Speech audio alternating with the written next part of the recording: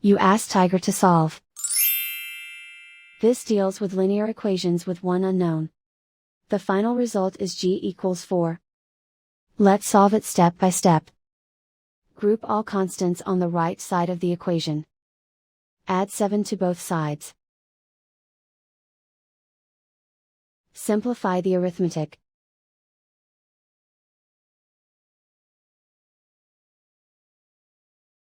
Isolate the g.